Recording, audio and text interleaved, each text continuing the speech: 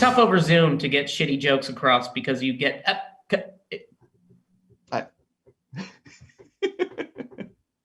You never know. Believe me when I say I completely understand. It's especially great when you're talking to like three people doing like a Tribeca interview, and each person tries to talk over each other, and then they don't know who's talking. It's fucking awful. You have to go, hey everyone, wait, stop talking for a second. I got a joke. Can everyone hear me? 3, 2, here comes my joke, which is a really great way to present humor. Yeah, it's a disaster. So I have like 15 minutes with you, so I'm going to work in a few different types of questions. I want to start with, what TV series would you love to guest star on? All in the Family. Is it too late? Am I too late for that one? Well, if they do another live episode, you might be able to take a crack at it. Taxi. I want to do Taxi. I want to work with Judd Hirsch and Mary Lou Henner, Tony, the Dans, of course, DeVito. That's what I want to do. I like Taxi. Oh, by the way, why wouldn't you? Yeah, it's an amazing show. It really was like each episode was like a 22-minute play with a great setting and a really fantastic cast. I was joking sort of at first, but it's actually one of my favorite shows, and I love it. I love that whole cast was amazing. And I sometimes look at that and go, man, that must have been such a great job for someone. I can only imagine, actually. Also, anyway, that's I could open the door and just talk about that. What movie or movies do you think you've seen the most? The Goonies, more than any other movie, for sure. There was a summer when I would just wake up in the morning, press play, and it was over and over and over again all day for the entire summer. And I still find lovely gems in that movie. I still have a question about that movie, which is very confusing. Corey Feldman, who plays Mouth, his purpose on that journey is that he translates the map from Spanish into English. Something that you might not realize the first time watching it is he's translating it, and it rhymes in English. Why would the Spanish people writing the map have in their head translated, knowing that someday somebody might translate this to English? And wouldn't that be neat if it rhymes? That doesn't really make sense. I've seen the Goonies a lot, and I've never realized that. It's kind of strange. As someone, I love the Goonies like you. Do you want to see a sequel? Are you one of these people because they've been talking about doing one for a long time? I remember when it was like, they're going to do one at the 15-year, and then when it was 20 years, and there's going to be these sequels. I'm on both camps with that one. I would love to see that happen again, but I also feel like don't touch it. It's perfect. It is the best kids movie ever made, and if they, I'm more interested to see like that cast do almost something else. I feel like I would like to see the cast of the Goonies do the next Expendables movie.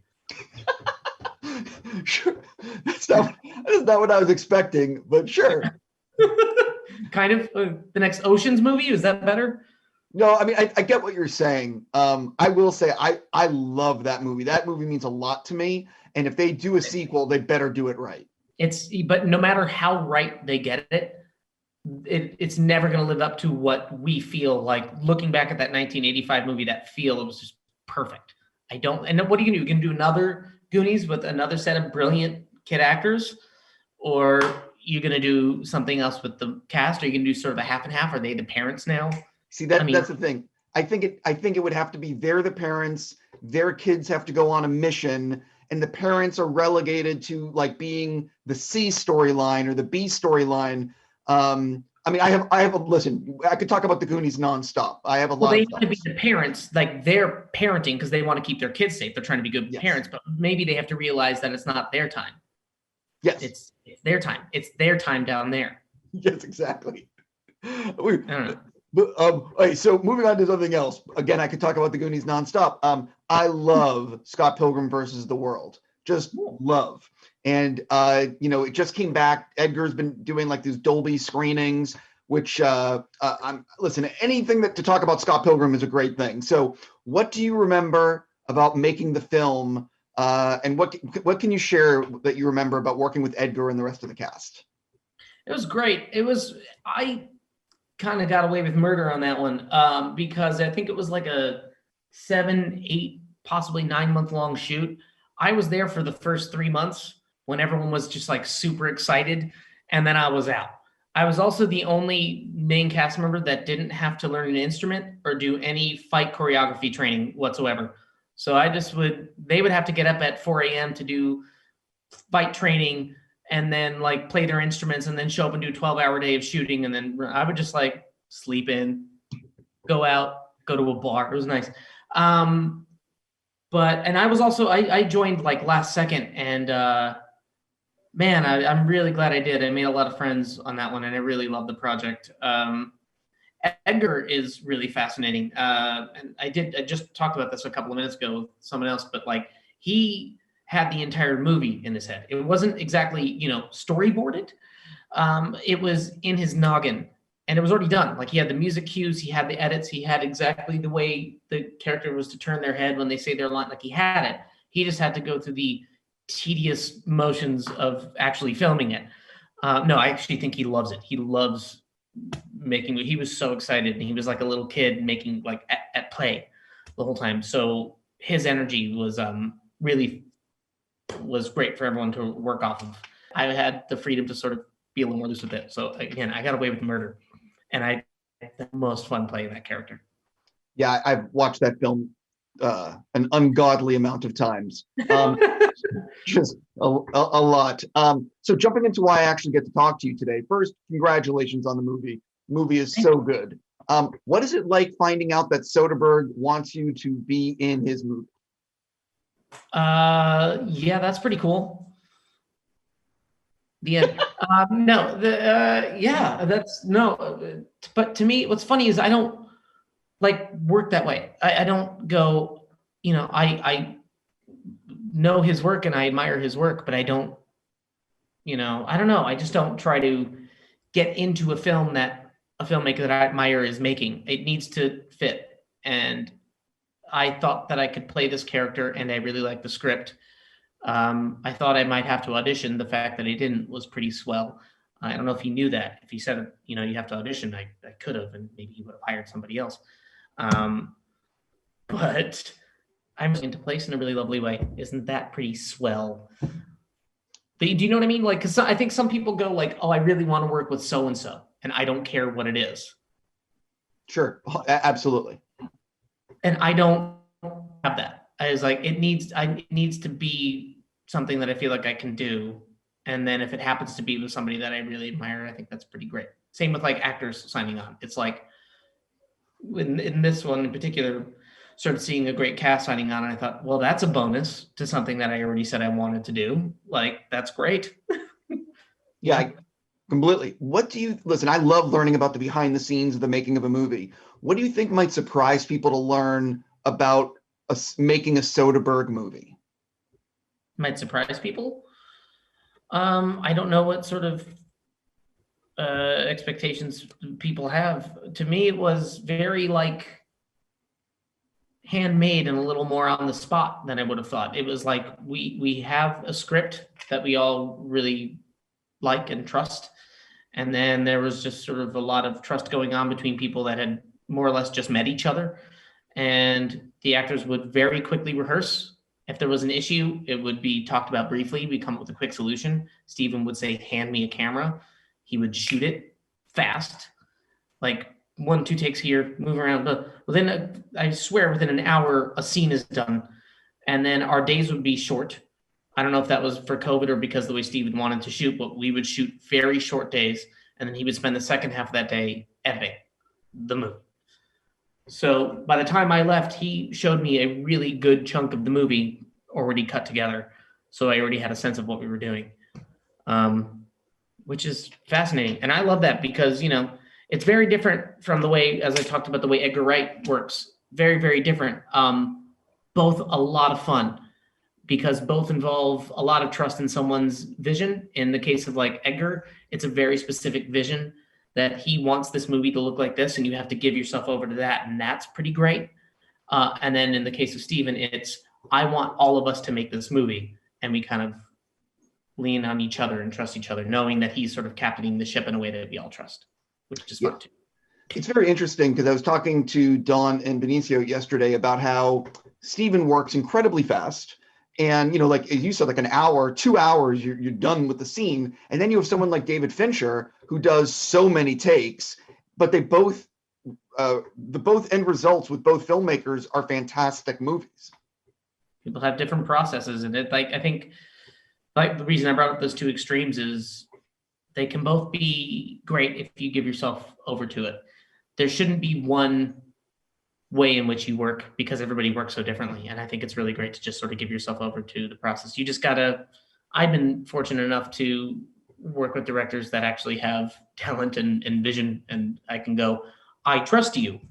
And then I feel good being in their hands. Is that Thanos behind you? Yeah, it is.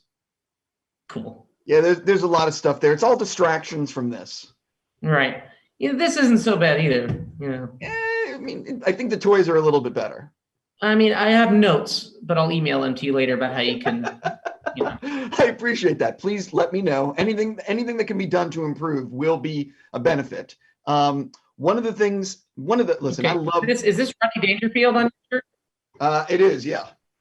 Okay, for a second, it also looked like an old Ric Flair. No, it's Rodney. Going, woo! Yeah, it's Rodney. Cool. Listen, I loved Ed Solomon's script, and I think that the way he weaves in real history into this crime caper is so well done. Can you talk a little bit about what you responded to with the script? That's so tough for me to do.